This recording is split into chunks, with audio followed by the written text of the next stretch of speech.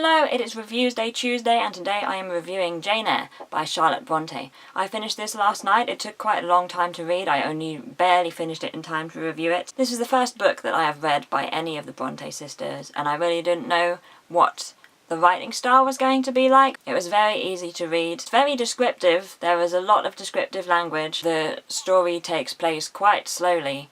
It's really a slow build and a slow release of information, but I never felt like it was too slow. It kept me interested. It didn't tire me out. The story is about Jane Eyre. It's written as an autobiography. It's from her perspective.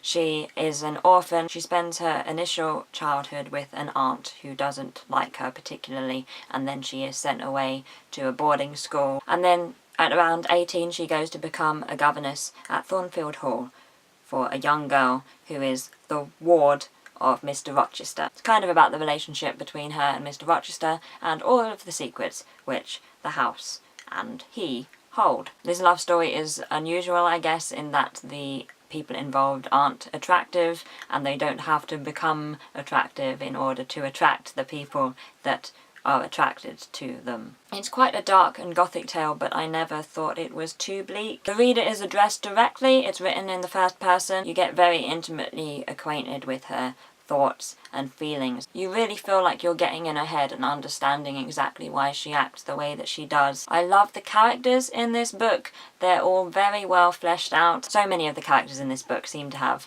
like two different sides to their personality, or maybe even two different personalities, and they're trying to decide between the one or the other, and I find that really interesting. I think Jane Eyre is a great heroine. She sticks with her beliefs.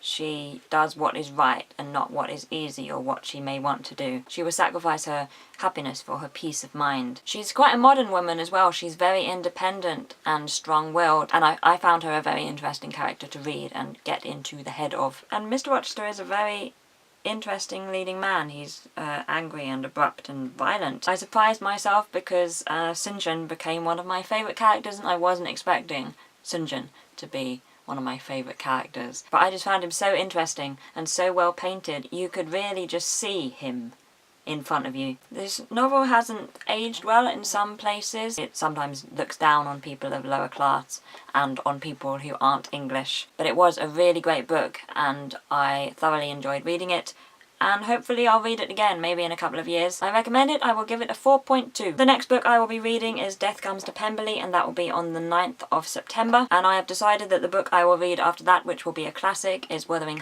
by Emily Bronte, and that will be on the 23rd of September. I've been wanting to read this for quite a long time, and now I've read Jane Eyre, it seems like the appropriate time. What did you think of Jane Eyre if you have read it? And I'll see you tomorrow.